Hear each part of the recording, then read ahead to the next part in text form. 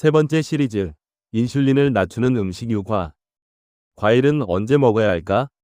과일은 건강식일까요? 아니면 당이 많은 음식일까요? 여러분은 과일을 언제 드시나요? 식후에 디저트로 드시나요? 아니면 공복에 드시나요? 혹시 과일은 당이 많다는 말을 어디선가 듣고 건강에 좋다고 알고 있던 과일을 최근에 아예 피하고 계신 건 아닌가요? 요즘 과일에 대한 이야기가 참 많아요. 한쪽에서는 과일은 비타민이 풍부하고 몸에 좋은 자연식품이라고 하고, 또 다른 쪽에서는 과일에 당이 많아서 혈당을 올리니까 조심해야 한다고 해요. 이렇게 정반대되는 이야기가 동시에 돌아다니다 보니 과일을 먹어야 할지 말아야 할지 헷갈려 하시는 분들이 꽤 있을 거예요. 심지어 건강에 신경 쓰기 시작하면서부터 과일을 끊어버리신 분들도 계세요.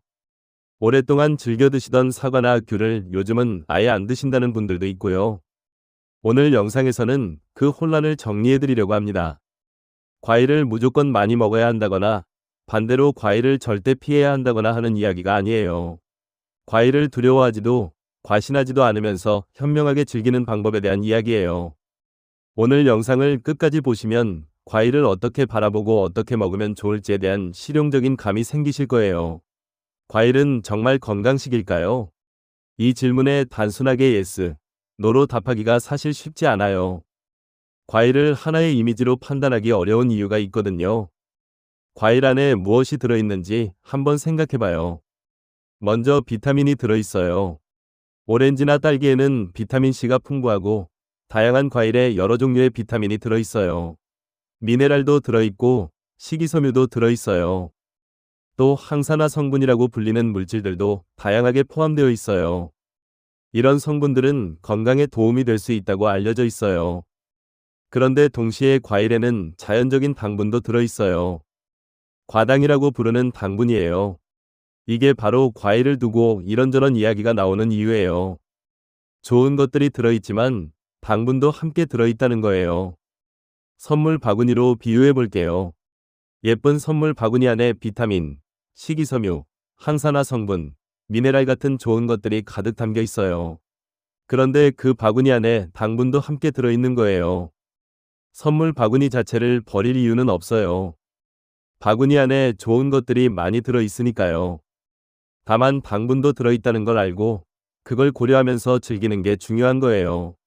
과일을 무조건 좋다거나 나쁘다고 단정하기보다 과일이 가진 장점과 특성을 함께 이해하고 현명하게 활용하는 것이 중요합니다. 그렇다면 과일은 언제 먹는 것이 좋을까요? 인터넷에서 검색해보면 이런 이야기들이 많이 나와요. 과일은 공복에 먹어야 효과가 좋다. 식후 과일은 안 된다. 아침에 먹는 과일은 금이고 저녁에 먹는 과일은 독이다. 같은 말들이요. 그런데 이런 말들이 모든 사람에게 모든 상황에서 똑같이 적용된다고 단정하기는 어려워요. 특정 시간에 과일을 먹어야만 건강해진다거나 그 시간이 아니면 독이 된다거나 하는 건 지나치게 단순화된 이야기일 수 있어요. 실제로 과일을 먹는 시간보다 더 중요한 게 있어요. 바로 전체 식사의 구성과 균형이에요. 하루 전체를 놓고 봤을 때 단백질도 충분히 먹고 채소도 먹고 적당한 탄수화물도 먹으면서 그 안에서 과일을 즐기는 것이 훨씬 더 중요해요. 예를 들어 아침에 단백질과 채소를 함께 먹으면서 사과 반 개를 곁들이는 것과 아침에 아무것도 안 먹고 사과만 한 개 먹는 것은 같은 시간에 같은 과일을 먹었어도 몸이 받아들이는 방식이 다를 수 있어요. 언제 먹느냐의 고민보다 무엇과 함께 먹느냐의 고민이 더 실용적이고 중요한 이유가 여기 있어요. 물론 개인의 생활 패턴이 다르고 건강 상태가 다르니까 자신에게 맞는 방식을 찾는 게 중요해요. 당뇨병이 있으신 분들이나 혈당 관리가 필요하신 분들은 과일 섭취에 대해 담당 의사나 영양사와 더 구체적으로 상의하시는 게 좋아요. 식후에 과일을 먹으면 정말 안 좋은 걸까요? 밥 먹고 나서 과일을 먹으면 발효가 일어나서 몸에 안 좋다는 말을 들어보신 분들이 있을 거예요. 이 이야기가 꽤 오랫동안 퍼져 있어서 식후 과일을 아예 피하시는 분들도 많아요. 그런데 이 부분은 좀 더 균형 있게 바라볼 필요가 있어요. 식후에 과일을 적당량 드시는 것이 대부분의 건강한 사람들에게 특별히 문제가 되지 않는다는 견해가 많아요. 소화 기능이 건강하다면 식후에 과일을 드셔도 큰 문제는 없는 경우가 일반적이에요. 다만 개인에 따라 식후에 많은 양의 과일을 드실 때 배가 더부룩하거나 불편함을 느끼는 경우가 있을 수 있어요. 이건 사람마다 다를 수 있는 반응이에요. 또 당뇨병이 있으신 분들이나 혈당 관리가 중요하신 분들은 식사 후 추가로 과일을 많이 드시는 것이 혈당에 영향을 줄 수 있으니 전문가와 상의하시는 게 좋아요. 결론은 식후 과일이 무조건 나쁘다고 단정하기보다 과일의 양과 자신의 몸 상태를 고려하면서 드시는 게 중요하다는 거예요. 적당량의 과일을 식사 후에 즐기는 것이 많은 분들에게 큰 문제가 아닐 수 있어요. 한 가지 기준으로 모든 사람에게 똑같이 적용하기 어려운 게 바로 이런 부분이에요. 과일만으로 한 끼를 해결하는 건 어떨까요? 바쁜 아침에 수박이나 멜론을 크게 한 그릇 드시면서 아침 식사를 대신하시는 분들이 있어요. 다이어트를 할 때 하루 종일 과일만 드시는 분들도 있고요. 과일이 몸에 좋다는 건 알겠는데 과일만으로 한 끼를 채우는 건 어떨까요? 과일은 좋은 영양소를 많이 담고 있지만 단백질은 거의 들어있지 않아요. 건강한 지방도 부족하고요. 단백질과 건강한 지방은 포만감을 오래 유지하는 데 중요한 역할을 해요. 그래서 과일만 먹으면 처음엔 먹은 것 같아도 한두 시간 뒤에 금방 배가 고파지는 경험을 하게 돼요. 그러면 또 뭔가를 먹게 되고 결과적으로 총 먹는 양이 늘어날 수도 있어요. 그래서 과일을 먹을 때는 다른 음식과 함께 조합하는 게 훨씬 효과적이에요. 그릭 요거트에 블루베리나 딸기 같은 베리류를 올려서 드시면 단백질과 과일이 함께 들어와요. 사과나 배를 드실 때 견과류 한 줌을 함께 드시면 건강한 지방이 더해져요. 삶은 달걀이나 치즈를 과일과 함께 드시는 것도 좋은 조합이에요. 과일만 먹는 것보다 단백질이나 건강한 지방과 함께 먹을 때 포만감도 더 오래가고 전체적인 식사 균형도 더 잡히는 경향이 있어요. 그렇다면 어떤 과일을 선택하는 게 좋을까요? 과일마다 어떤 게 최고다, 어떤 건 피해야 한다고 단정하기 어렵지만 몇 가지 도움이 되는 방향은 있어요. 첫째, 다양한 과일을 골고루 드시는 걸 추천해요. 사과만, 바나나만, 귤만 드시는 것보다 여러 종류의 과일을 번갈아 드시면 다양한 영양소를 자연스럽게 섭취할 수 있어요. 색깔이 다른 과일들은 서로 다른 영양소를 포함하고 있는 경우가 많아요. 빨간 딸기, 파란 블루베리, 주황, 감귤, 초록 키위처럼 색깔을 다양하게 즐기는 게 하나의 방법이 될 수 있어요. 둘째, 제철 과일을 드시는 게 도움이 될 수 있어요. 제철 과일은 맛도 더 좋고 영양 상태도 더 좋은 경우가 많아요. 여름에는 수박이나 복숭아, 가을에는 사과나 배, 겨울에는 귤이나 한라봉처럼 계절에 맞는 과일을 즐기는 게 자연스럽고 맛있는 방법이에요. 셋째, 가공된 과일보다 생과일을 우선 선택하는 게 좋아요. 통째로 드시는 생과일에는 식이섬유가 살아있어요. 그런데 주스로 만들거나 말린 과일로 가공되면 식이섬유가 줄거나 사라지고 당분이 농축되는 경우가 많아요. 같은 과일이라도 가공 상태에 따라 몸에서 반응하는 방식이 달라질 수 있어요.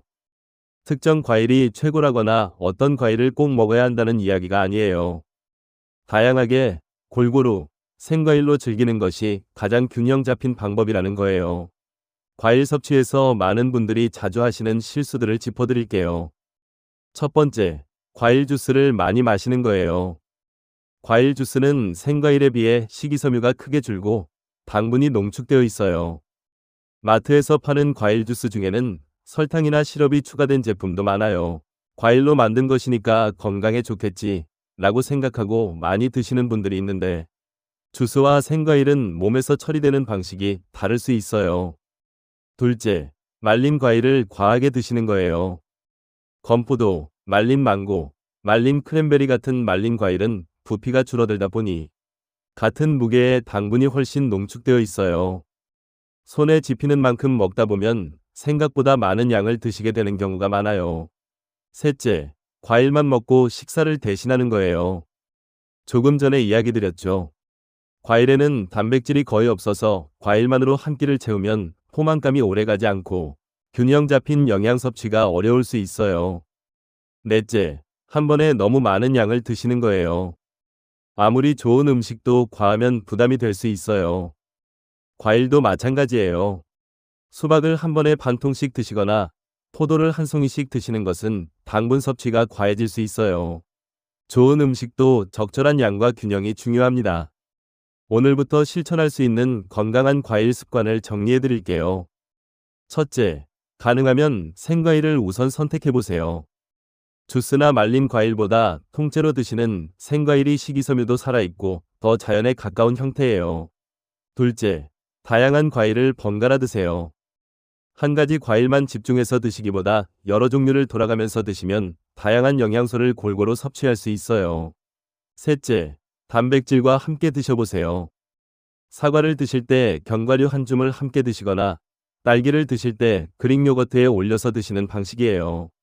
단백질이 함께 있으면 포만감이 더 오래 유지될 수 있어요. 넷째, 적당한 양을 즐기세요. 과일을 무서워할 필요도 없지만 한 번에 너무 많이 드시는 것도 균형을 깨뜨릴 수 있어요. 한 끼에 한두 가지 과일을 적당량 드시는 것으로 시작해보세요. 다섯째, 규칙적인 식사 안에서 과일을 활용해보세요. 식사 시간에 과일을 과일 자체로 즐기거나 간식으로 드시거나 식사 구성의 일부로 포함시키는 방식으로 자연스럽게 드셔보세요. 과일을 따로 특별히 신경 쓰기보다 균형 잡힌 전체 식사 안에서 자연스럽게 즐기는 게 가장 현명한 방법이에요. 오늘 이야기를 5가지로 정리해 드릴게요. 첫째, 과일은 다양한 영양소를 포함한 식품입니다. 비타민, 식이섬유, 항산화 성분 등이 들어있고 자연적인 당분도 함께 들어있어요. 둘째, 과일을 무조건 피하거나 과하게 먹을 필요는 없습니다. 과일은 두려워할 음식이 아니에요. 다만 양과 방식을 고려하면서 즐기는 게 중요해요. 셋째, 먹는 시간보다 전체 식사의 균형이 더 중요합니다. 언제 먹느냐보다 무엇과 함께 먹느냐, 하루 전체 식사 구성이 어떤지가 더 핵심이에요. 넷째, 과일만 먹기보다 단백질 등과 함께 먹으면 도움이 될 수 있습니다. 견과류, 그릭 요거트, 달걀 같은 단백질 식품과 함께 드시면 포만감도 높아지고 균형도 더 잡혀요. 다섯째, 꾸준하고 균형 잡힌 식습관이 건강을 만듭니다. 과일 하나로 건강이 결정되지 않아요. 매일의 식사 습관 전체가 건강을 만들어가는 거예요. 우리는 종종 좋은 음식과 나쁜 음식을 분류하려고 해요. 과일은 좋은 음식이다, 아니다 당이 많으니까 나쁜 음식이다 이렇게요. 그런데 건강은 하나의 음식으로 결정되지 않아요. 사과 한 개를 언제 먹느냐보다 더 중요한 건 하루 전체의 식습관이에요. 오늘 잠깐 생각해 보세요. 지금 과일을 어떻게 드시고 있나요? 과일 주스를 자주 드시고 있지는 않으신가요? 과일만 먹고 식사를 대신한 날이 있지는 않으셨나요? 과일이 건강에 좋다는 말을 믿고 너무 많은 양을 드시고 있지는 않으신가요? 반대로 당이 많다는 말에 과일을 완전히 끊고 계시지는 않으신가요? 과일을 두려워할 필요도 없고 과신할 필요도 없어요. 오늘 한 접시의 과일을 조금 더 균형 있게 먹는 것, 단백질과 함께 즐기는 것, 생과일로 천천히 맛을 느끼며 먹는 것. 그 작은 습관이 건강한 내일을 만드는 시작이 될 수 있어요. 건강은 극단적인 선택이 아니라 꾸준한 균형 속에서 자라납니다. 오늘도 끝까지 함께 해주셔서 감사합니다. 그렇다면 다음으로 이런 생각이 드실 수 있어요. 과일은 당이 많으니까 줄여야 한다고 해서 줄였는데, 그럼 탄수화물은요? 탄수화물도 줄여야 하나요? 탄수화물을 완전히 끊는 게 건강에 더 좋은 건 아닐까요? 탄수화물에 대한 이야기도 요즘 정말 많아요. 저탄수화물 식단, 탄수화물 끊기, 밥 줄이기 같은 이야기들이 넘쳐나고 있죠.